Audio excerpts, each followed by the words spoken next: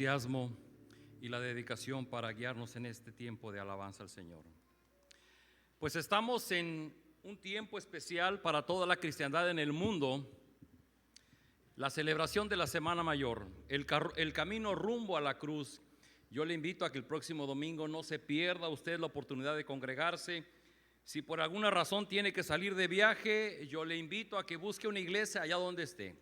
Si usted está en Acapulco, que no le gane la cobija, que no le gane el sueño, véngase, porque el próximo domingo estaremos celebrando el evento más importante de la cristiandad. ¿Saben cuál es? La resurrección. Y dice Pablo: y si el Señor no hubiese resucitado, vana sería nuestra fe. Queridos hermanos, queridos amigos, como su pastor tengo una profunda preocupación por esta amada iglesia.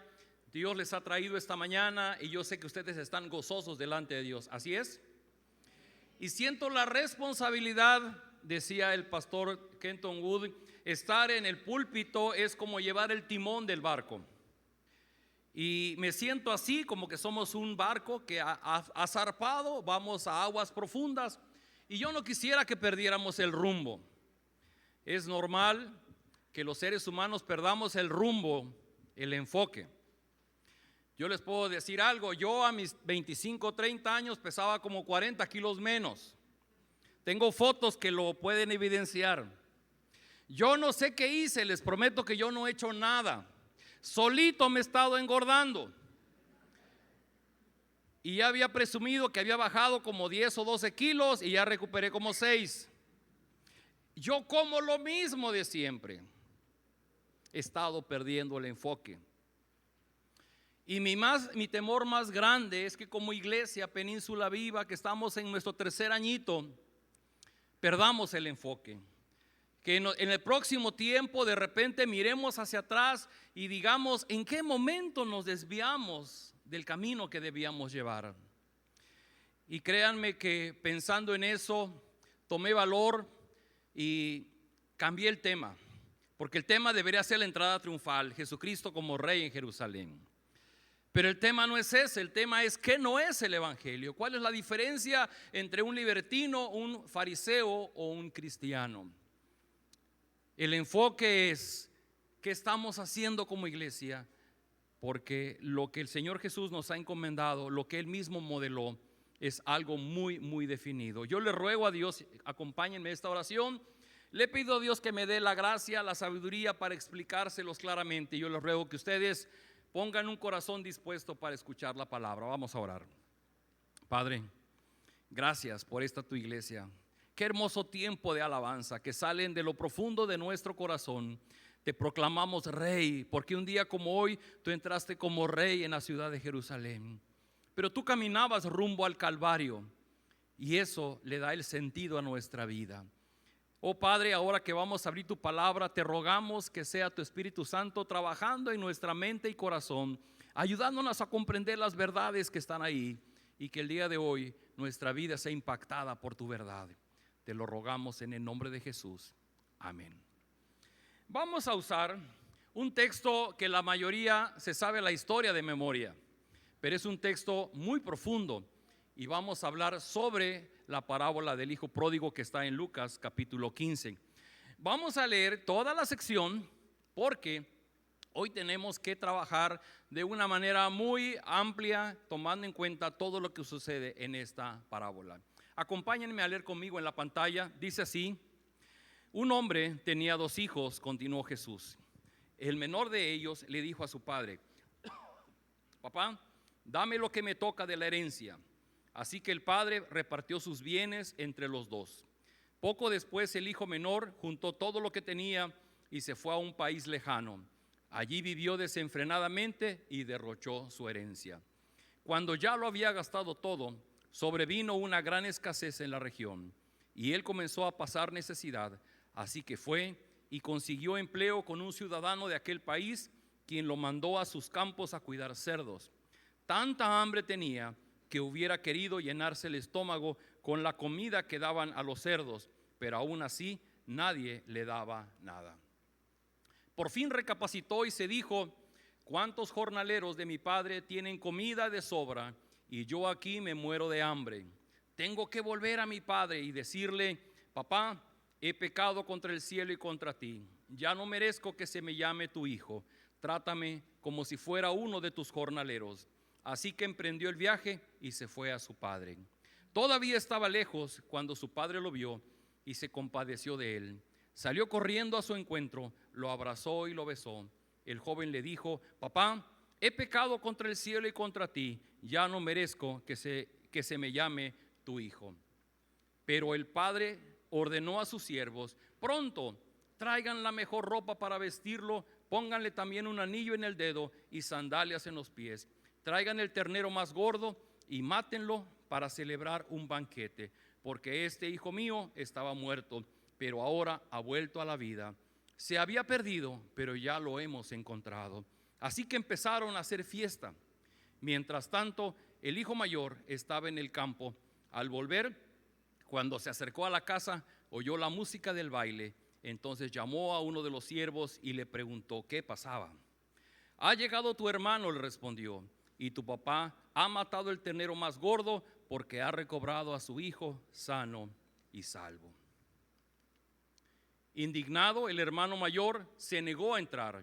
Así que su padre salió a suplicarle que lo hiciera. Pero él contestó: fíjate cuántos años te he servido sin desobedecer jamás tus órdenes, y ni un cabrito me has dado para celebrar una fiesta con mis amigos. Pero ahora llega ese hijo tuyo que ha despilfarrado tu fortuna con prostitutas, y tú mandas matar en su honor el ternero más gordo. Hijo mío, le dijo su padre, tú siempre estás conmigo y todo lo que tengo es tuyo, pero tenía que ser fiesta y alegrarnos, porque este hermano tuyo estaba muerto, pero ahora ha vuelto a la vida. Se había perdido, pero ya lo hemos encontrado. Es una hermosa historia. Y debo ser sincero, cada vez que yo he predicado a lo largo de mi vida ministerial, siempre tomo al hijo menor y siempre exalto el gran amor del padre que recibe al hijo que arrepentido regresa al hogar. Pero la verdad es que la parábola tiene otro sentido. Ahora quise apoyarme de eso, debo ser honesto, el pastor Tim Keller, que es el fundador de este movimiento de City to City, plantación de iglesias. Él escribe un libro que les recomiendo que lo lean, está en las redes, se llama El Dios Pródigo, pastor Tim Keller. Y él ofrece una perspectiva distinta para mí, que es la que quiero compartir esta mañana. Casi lo de hoy es solamente una parte de todo el libro. Y es que para poder apreciar mejor esta historia, tenemos que leer los primeros versículos del capítulo 15. Y los primeros versículos dicen así: muchos recaudadores de impuestos y pecadores se acercaban a Jesús para oírlo, de modo que los fariseos y los maestros de la ley se pusieron a murmurar: este hombre recibe a los pecadores y come con ellos. Después de esta introducción vienen tres parábolas: la parábola de la oveja perdida, la parábola de la moneda perdida y luego la parábola del hijo pródigo. La verdad es que esta parábola no solamente habla del gran amor de Dios por aquel que arrepentido regresa a los brazos del Padre. La parábola habla de dos hijos. Realmente la parábola debería llamarse los dos hijos perdidos. Y si el pastor Tim Keller le pone el Dios pródigo, porque es tanto el amor que el Padre derrocha sobre dos hijos desobedientes que alcanza a cubrirlos a los dos. Así que, de acuerdo con esta introducción, vemos que delante de Jesús están dos grupos de personas. Los primeros se mencionan a los recaudadores de impuestos y pecadores. No tengo tiempo ahora para explicar mucho de los publicanos. Los publicanos eran personas judías que trabajaban para Roma. Roma necesitaba recaudar impuestos y él mandaba a decir: bueno, ¿quién de ustedes como judíos quiere ayudarme a recaudar impuestos? Entonces se levantaba alguien y decía: yo quiero recaudar los impuestos. Y entonces Roma decía: bueno, yo quiero que me des un tanto. Y le autorizaba a que el publicano aumentara la tasa del impuesto para que entonces el publicano se quedara con una parte. Y normalmente se decía que el publicano siempre se aprovechaba. Y si él tenía que cobrar 10 pesos, pues cobraba 20. Y entonces el publicano siempre acababa siendo un hombre muy rico. Y como el gobierno de Roma no le perdonaba que no cobrara impuestos, el publicano normalmente era alguien de carácter violento, áspero. Iba con sus conciudadanos y les exigía, les arrebataba el cobro del impuesto. Así es que los publicanos, los recaudadores de impuestos, eran personas odiadas por el pueblo.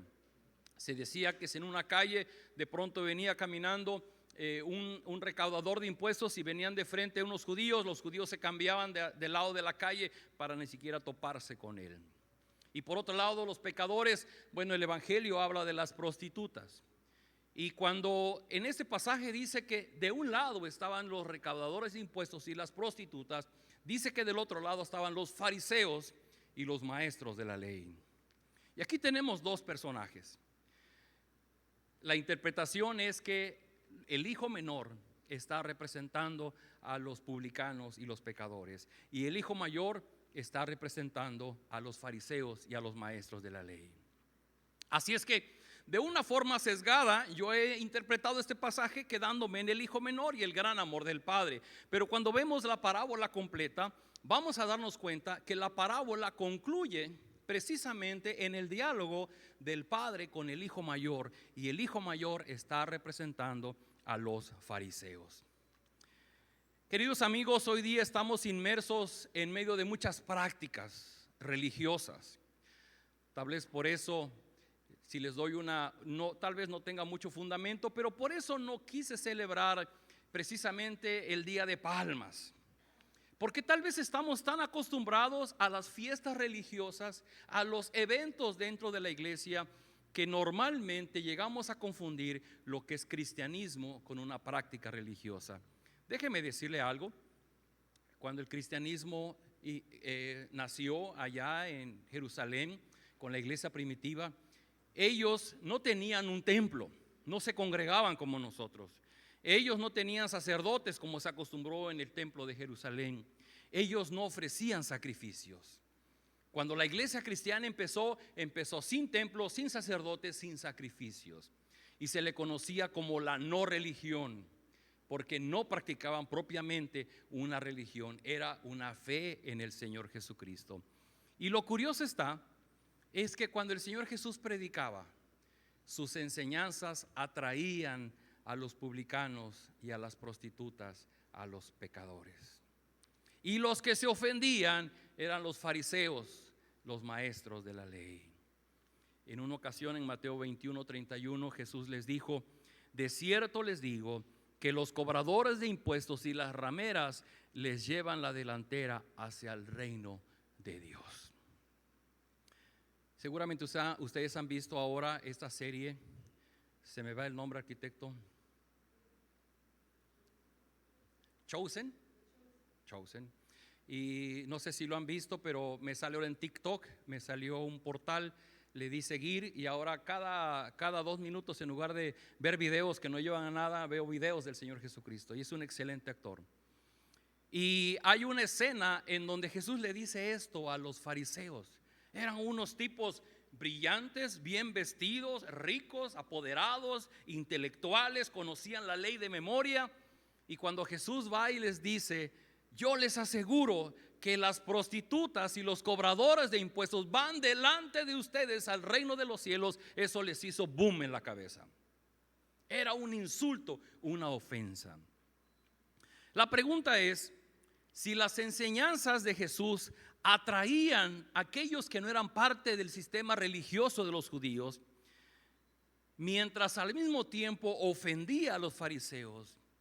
¿Por qué hoy día nuestras iglesias nos llenamos de gente religiosa y moralista y no llegan los marginados y los pecadores? Hay una frase que posteé ayer en redes porque no me aguanté las ganas, es del pastor Tim Keller, y dice lo siguiente: si lo que hoy día estamos predicando no está atrayendo a las personas pecadoras que Jesús atraía, entonces no estamos difundiendo el mismo mensaje que Jesús difundió. Si nuestras iglesias no son atractivas para hermanos menores, es porque deben estar llenas de hermanos mayores, más llenas de hermanos mayores de lo que reconocemos. ¿Qué significa esto? Mis hermanos, tengo una profunda preocupación por nuestra iglesia. Estamos a punto de llegar a junio 2023 y vamos a hacer una gran fiesta el primer fin de semana de junio. Apúntense porque se van a reservar los lugares porque no vamos a caber. Vamos a invitar a un pastor de Costa Rica, un amado pastor Arturo Campos. Es una chispa ese varón, es alguien que amo profundamente. Y él me ofreció venir, dice: Joel, usted sabe que yo no le cobro, pero yo voy hasta allá para acompañarles. Y estará dando su seminario, el domingo estará con ustedes. Apártenlo, creo que es domingo 3 de junio. Vayan haciendo la lista, Miriam, porque no vamos a caber todos. Y la preocupación está, ahorita vamos a cumplir 4 años, pero yo no quisiera pensar que dentro de 10 años hayamos perdido el enfoque, que nuestra iglesia paulatinamente estemos dejando de estar los pecadores que debemos estar y paulatinamente nos estemos convirtiendo en los religiosos que el Señor Jesús aborreció. Esto preocupa mi corazón, porque hemos aprendido que el hijo menor fue un hijo rebelde y que pagó el precio cuando se fue lejos de su padre, se le acabó el dinero y empezó a querer comer de la comida de los marranos que él cuidaba. Pero la historia no dice lo mismo del hijo menor, del hijo mayor. Pero la realidad en la historia es que los dos hijos están perdidos. Los dos hijos están perdidos. El hermano menor está caracterizado por una vida libertina, con poco interés en la autoridad del padre. Pero el hermano mayor está caracterizado por parecerse a los fariseos de su tiempo, personas enfocadas aparentemente en obedecer a Dios. ¿Qué significa estar perdido?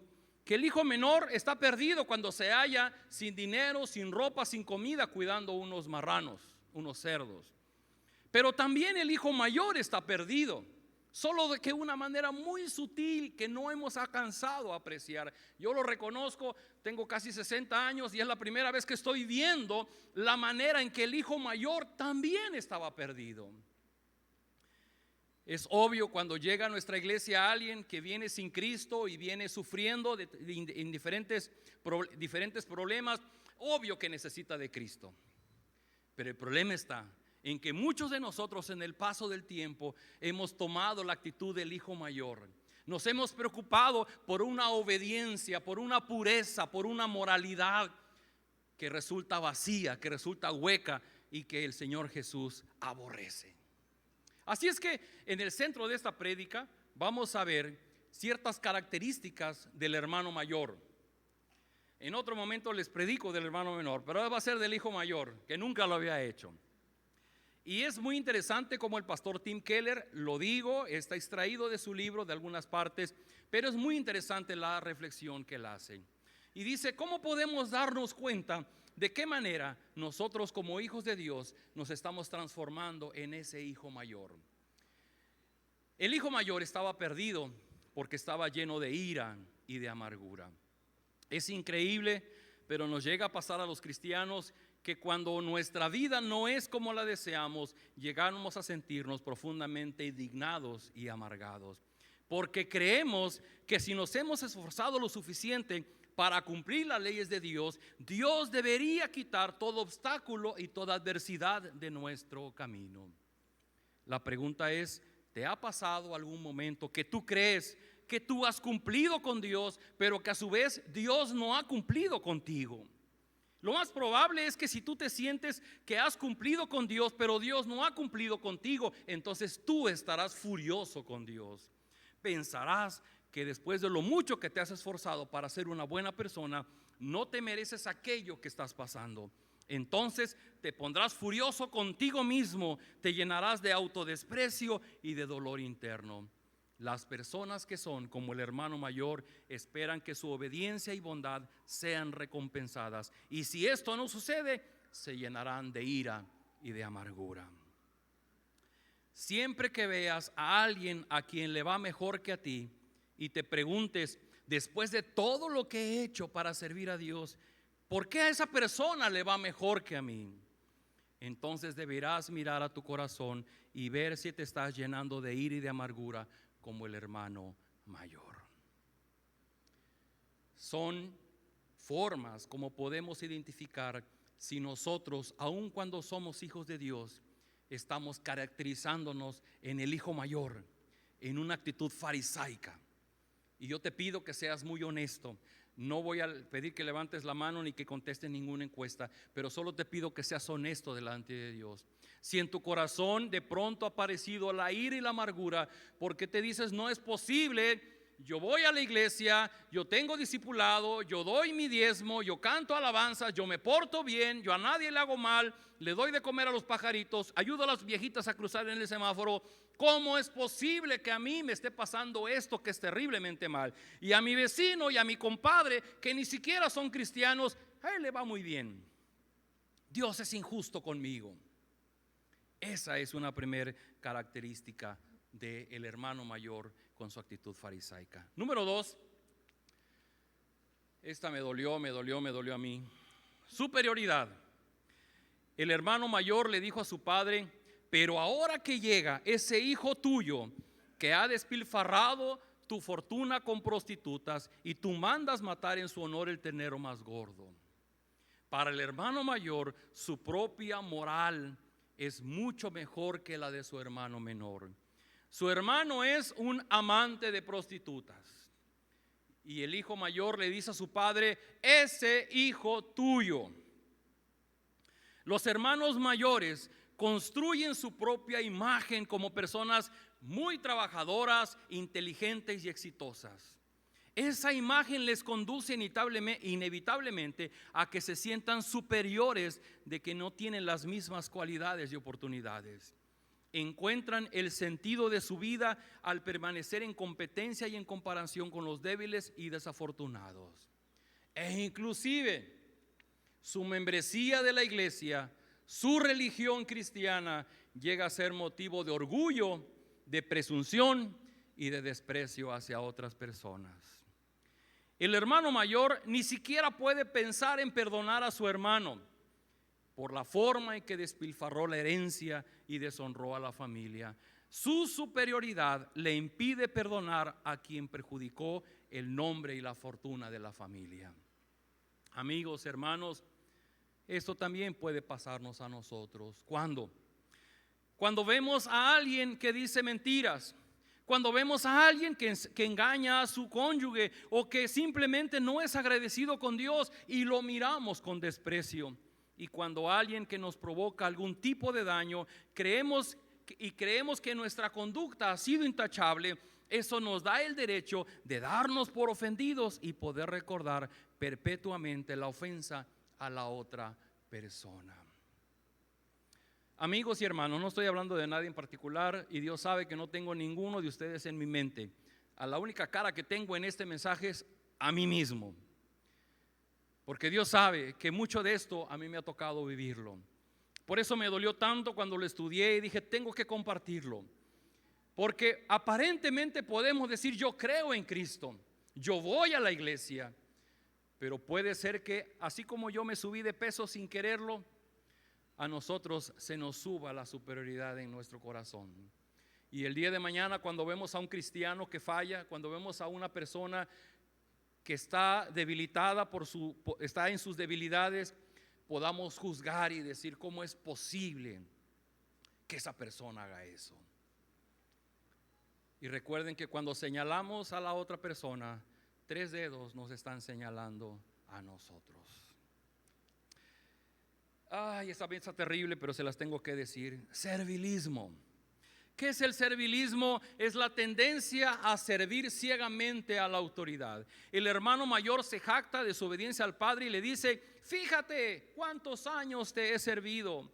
Esto significa que ha servido al padre no solo ha servido al padre, pero lo considera solamente su deber. No lo ha hecho ni por amor ni por complacer al padre. Su obediencia es simplemente servilismo. Yo te ofrezco, yo te doy para que tú me lo devuelvas. No es el esquema de la fe cristiana. Y déjenme narrar una ilustración que viene en el libro, muy bonita, y dice: una vez un jardinero cultivó una zanahoria enorme. Se la llevó a su rey y le dijo: Señor mío, esta es la zanahoria más grande que haya cultivado jamás, por lo tanto quiero dársela como señal de mi amor y respeto.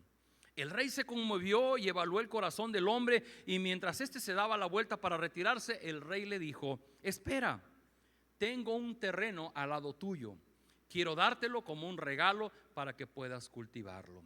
Y el jardinero se sorprendió y se fue feliz. Y un noble de la corte escuchó la conversación y se dijo: cielos, si eso es lo que recibe por una zanahoria, ¿qué recibiré si le doy algo mucho mejor al rey? Al día siguiente, el noble llegó con el rey con un hermoso semental negro y le dijo: señor mío, yo crío caballos, y este es el caballo más hermoso que jamás haya creado. Por lo tanto, quiero regalártelo como una prueba de mi amor y respeto por ti. El rey examinó su corazón y le dio gracias. Recibió el caballo y lo despidió. El noble se quedó perplejo, y entonces el rey le dijo: déjame explicarte. Ese jardinero me estaba dando a mí la zanahoria, pero este caballo en realidad te lo estabas dando a ti mismo.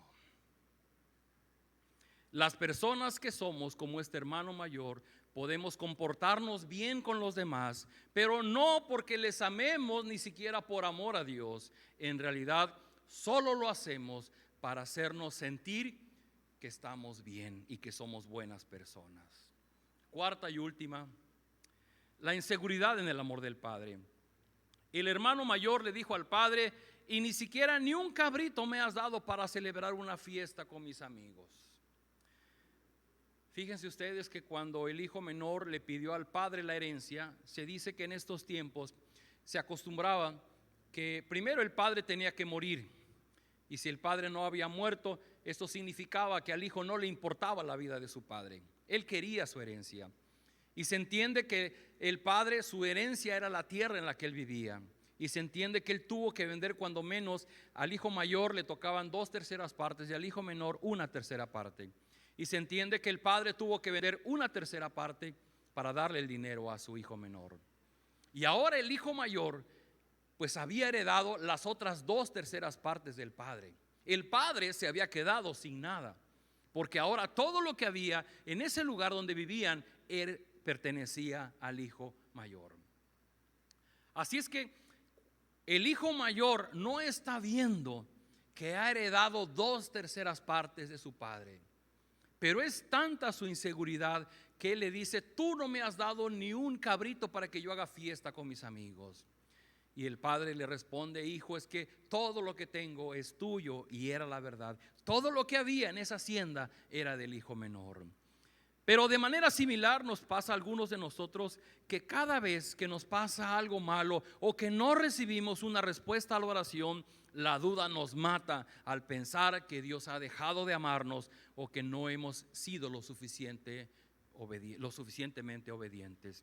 También por seguridad en el amor del Padre, cuando recibimos críticas de los demás, no solo hieren nuestros sentimientos, nos destruyen por completo. Esto es porque al no tener la seguridad del amor del Padre sobre nosotros, nosotros dependemos de la aprobación de las demás personas. Si las demás personas me aplauden y me aprueban, entonces yo me siento amado, porque no alcanzo a tener la seguridad del amor de Dios. Y otra forma como se hace evidente la inseguridad es cuando padecemos bajo la culpa. Por alguna razón desobedecemos a Dios y nos damos cuenta de que estamos mal. Y entonces vamos con Dios y pedimos perdón. Pero el pedir perdón no es suficiente, porque yo no alcanzo a creer que el amor del Padre es suficiente para perdonar mi pecado. Y entonces yo vivo no solamente con la carga de la culpa, sino vivo con un terrible remordimiento. Exponer esta parábola de forma completa nos obliga a mirar no solamente que el hijo menor estaba perdido, sino que también el hijo mayor está perdido. Y hay una pregunta que siempre me hice y hasta ahora encontré la respuesta. En la parábola anterior, que es de la oveja perdida, se narra que el pastor deja las 99 y va a buscar a la oveja perdida y la trae de regreso y hacen una gran fiesta. Y luego dice que en la parábola de las 10 monedas se pierde una, y el dueño de la moneda limpia y barre la casa hasta que encuentra la moneda perdida. Lo curioso es que en el caso del hijo menor, el hijo se va y nadie va a buscarlo. Y siempre me he preguntado, ¿por qué si este padre amaba a su hijo no fue por él? Y hay un principio en la escritura que viene desde Adán y de Eva y de Caín y Abel. Cuando finalmente Caín le quita la vida a su hermano, Dios llega y le pregunta, ¿dónde está Abel? Y él le dice, ¿soy yo acaso guardián de mi hermano? Y porque el hijo mayor tenía derecho a las 2/3 partes de toda la herencia, tenía más privilegios, tenía más responsabilidades. Y el hijo mayor es el que debió haber ido por el hijo menor. Pero el hijo mayor tenía un corazón fariseo. Su amargura, su ira, su superioridad, su servilismo, su inseguridad en el amor del padre fueron razones de peso para no ir por su hermano. Inclusive en el carácter del hermano mayor entendemos posiblemente por qué se fue el hijo menor. Estar viviendo bajo el mismo techo y viendo cómo su hermano era un creído, un amargado, un inseguro, un enojón que siempre estaba obedeciendo a su padre, pero estaba amargado en su carácter. Probablemente el hijo menor dijo, no, yo no aguanto a mi hermano, yo mejor me voy de aquí. Queridos amigos, por medio de esta parábola Jesús está diciendo que todo esto, la ira, la amargura, la superioridad, el servilismo, la inseguridad, son la causa que así como se fue el hermano menor de la casa, probablemente hoy día muchas personas se están yendo de la iglesia porque ven a los cristianos de más tiempo y los ven con ira, con amargura, con superioridad, con servilismo, con inseguridad en el amor del Padre. Lo cierto es que el hijo mayor debió haber ido por su hermano y el hermano mayor no fue por él. Y lo que sucede es que en este camino el hijo mayor debió haber ido por él, y que simplemente por tener un corazón farisaico no fue por él. Y aquí viene la más hermosa explicación para nosotros, porque el evangelio tiene la solución para que aquellos que vivimos perdidos como el hijo menor, pero también como aquellos que vivimos como el hijo mayor. El evangelio del Señor Jesucristo nos fue dado para mostrarnos que el evangelio, que ser un discípulo de Cristo, no es una mera religión donde tengo que cumplir con los ritos que me imponen en la iglesia. El evangelio tiene que ver con ser liberado de nuestra propia vida libertina, de nuestro propio corazón rebelde como el hijo menor, pero también para hacernos libres de la amargura, de la ira, del servilismo como lo pasaba el hijo mayor. Así es que la pregunta es, ¿qué necesitamos para poder ser liberados? ¿Qué necesitamos? Lo primero es, necesitamos el amor del Padre y arrepentirnos. Mi parte favorita de esta historia es precisamente cuando el hijo viene de camino, viene descalzo con las rotas ropas, sin bañarse, todo mugroso, ¿no? Pues estaba cuidando marranos. Y viene de regreso y dice la historia que el padre lo vio a lo lejos. Y como me ha fascinado, sobre todo cuando leí que en aquel tiempo los únicos que corrían eran los niños, los jóvenes, las mujeres, pero un varón de su edad no debía de correr, era una falta de respeto a sí mismo. Y él usaba ropas largas y tuvo que levantarse sus faldas para correr, y ese era algo que le degradaba ante sus amigos. Pero al padre poco le importó, sale corriendo por el hijo, y antes de que el hijo diga algo, él se cuelga de su cuello, lo abraza, lo besa, lo manda a vestir, a calzar y poner anillo en su dedo. El hijo menor recibió el amor del padre, y el amor del padre es lo que sana nuestro corazón. El hijo mayor también, cuando él regresó del campo, se dio cuenta de la fiesta, se indignó, se molestó. Dice el pasaje que el padre salió de la cena, salió de la fiesta, fue por él y le dijo: ven, hijo, ven y gózate porque tu hermano ha regresado. Pero el hermano estaba tan lleno de enojo, tan lleno de su propia soberbia, que él decía: es que ahora que mi hermano regresó, él no tiene ni un peso. Él no tiene ni dónde acostarse a dormir. Y si él viene a la casa, ahora va a tener que agarrar de mi herencia y yo voy a tener que compartirle para que él sea recibido en la casa de mi padre. Necesitamos arrepentirnos. El hijo menor se arrepintió, el hijo mayor no se arrepintió. Y muchos nos preguntamos por qué el hijo menor muestra claramente que se arrepintió y por qué en el caso del hijo mayor no dice que se arrepintió. Y la historia es que si el hijo mayor eran los fariseos y los maestros de la ley, eran personas que no se estaban arrepintiendo. Por eso el Señor Jesucristo dijo: los publicanos y los pecadores van delante de ustedes al reino de los cielos. Está diciendo, ellos sí van a ser salvos, y ustedes que conocen a Dios, que conocen la ley, no van a ser salvos. Número 2, ¿qué necesitamos a nuestro verdadero hermano menor? El hermano mayor debió haber ido a buscar a su hermano menor, pero no fue por él.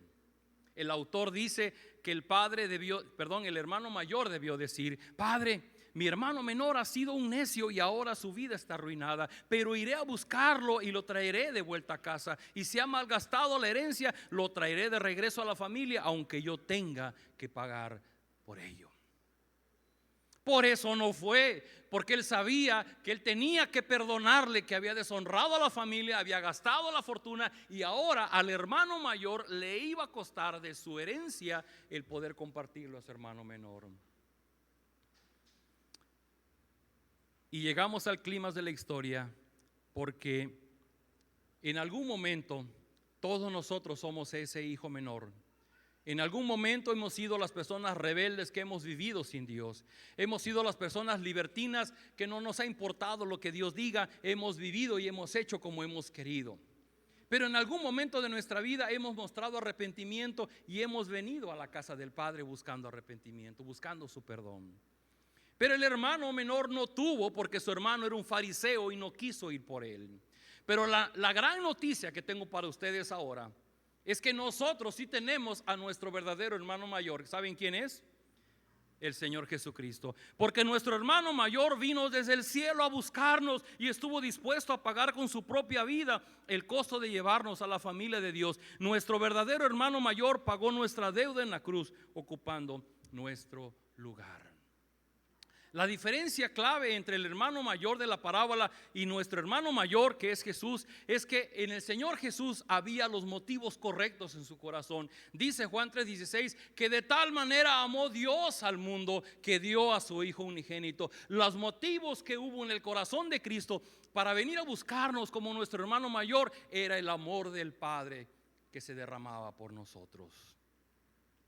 Jesucristo tenía todo el poder en el mundo, pero nos vio esclavos de nuestras mismas cosas que sentíamos que eran nuestra felicidad. Y entonces se despojó a sí mismo de su gloria y se convirtió en un sirviente. Dejó a su lado su majestad y la inmensidad de su ser, y pagó la deuda de nuestros pecados al costo de su propia vida, comprando así para nosotros el único lugar donde nuestros corazones pueden descansar, que es en la casa del Padre.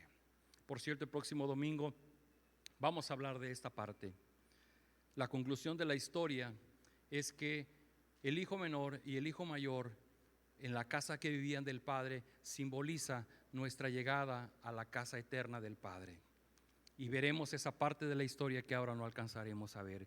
Queridos amigos y hermanos, hoy quedamos incluidos en esta parábola, ya sea como hermanos mayores o hermanos menores, pero somos llamados por Jesús para seguir ese ejemplo. Así como Él dejó su trono de gloria y vino a compartir con nosotros su riqueza a quienes estábamos perdidos en nuestra miseria. Que Dios nos ayude a ser la iglesia que recibe tanto a los publicanos y pecadores, y seamos transformados en los hermanos mayores que ellos necesitan. Mis amados hermanos, ¿qué queremos de Península? Queremos ser el lugar que reciba a los pecadores y a los publicanos. Tal vez los fariseos se van a enojar y se van a quedar afuera, no van a entrar porque el evangelio les va a doler en los oídos. Pero queremos que Península Viva mantenga sus puertas abiertas, y los que estamos aquí Somos pecadores, redimidos por nuestro hermano mayor. No somos nadie para juzgar a la otra persona. Yo no puedo señalar y decir: es que tú eres pecador, es que tú malgastas el amor de Dios, es que tú eres un mal cristiano. No lo podemos decir, porque decirlo así nos pone en los zapatos del hijo mayor, y el hijo mayor no entró a la fiesta. Yo te invito a que vengamos en arrepentimiento y busquemos llegar al Padre, mostrarle nuestro arrepentimiento y que Él nos incluya, pero que vivamos bajo su amor. Acompáñenme en esta oración. Padre, es una gran historia esta, y nos cuesta trabajo seguir la historia así como Cristo la narró, y nos cuesta trabajo entender cómo era posible que tu pueblo, los judíos, los fariseos, los maestros de la ley, se enojaban cuando Jesús enseñaba del reino.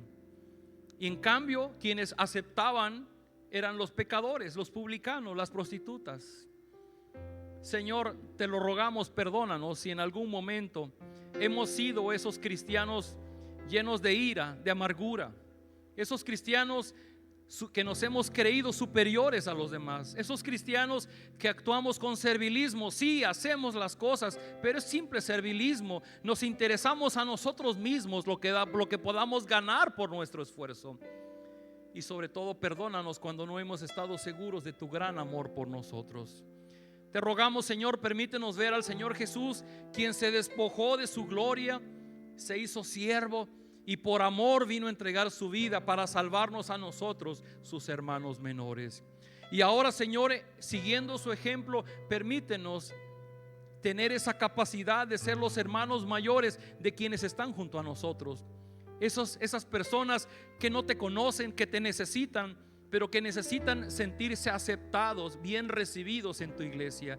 Que no vengan para ser juzgados, porque aquí todos, ninguno de nosotros merece tu amor y tu misericordia. Y si lo tenemos, es gracias a lo que Cristo hizo en la cruz del Calvario. Ayúdanos a mantenernos enfocados en lo que sí es el Evangelio. Te lo rogamos en Cristo Jesús.